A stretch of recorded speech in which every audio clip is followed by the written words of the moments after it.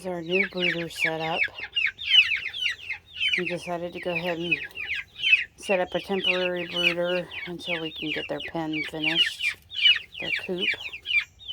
So they've got their food and water elevated off of the shavings.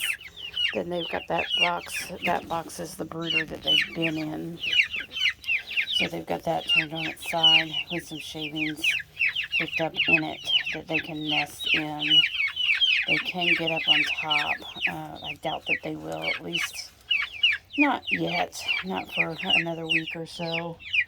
But then in about a week or so, they'll be starting to try to find the highest point where they can roost, especially at night.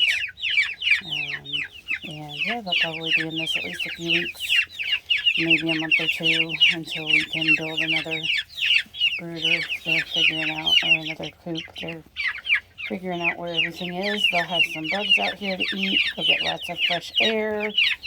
They'll be able to hide inside the bin there, the tote, if it's cold or windy or anything like that. So that'll be a good windbreak for them. They have finally ventured over to the new feeder, figured out how to get food, and their water is right next to them. Got those elevated up. It's a step up from the floor that they're actually on. That floor is a step below this one.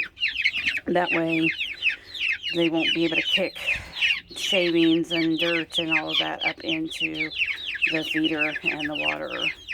Eventually, once we get the new coop set up, they will actually be hanging. You can see there's these little hooks on them, and we'll put hangers from the ceiling of their coop, so that those won't actually have to sit on the ground. They'll be hanging, and we'll hang them at a level that everybody can get to.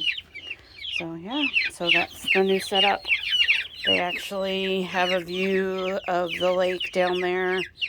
There's a little cove back behind the house, so they'll have a view. Hopefully the wild critters, there are a couple of owls, which obviously they won't be able to get to them. This is hardware cloth, and then I believe this is chicken wire on the door. So hawks and owls won't be able to get in. Hopefully the raccoons and the possums won't be able to reach through. At least, yeah, that's the plan. If we find that somebody's reaching through or able to get through, then we'll reinforce. We'll figure out where they're coming through and we'll reinforce it. There is actually an entire building back here, but it's got some equipment in it. It's actually kind of covered with mold as well, so that's why we've got them in the outside space, so they don't have to breathe in the moldy air. We will eventually, more than likely, be just completely tearing this down, maybe rebuilding, whether we rebuild right here or whether we build a little bit further down the property is yet to be determined, but so far so good. They have been very loud, very cantankerous. They had a bit of a drive from the old house over to here, but I think ultimately, once they get their bellies full and realize that it's actually nighttime and I stop talking, they'll settle down and they'll have a good night. So I just wanted to give you guys that update and let you know what was going on with the girls, and give you, head over to my Facebook page.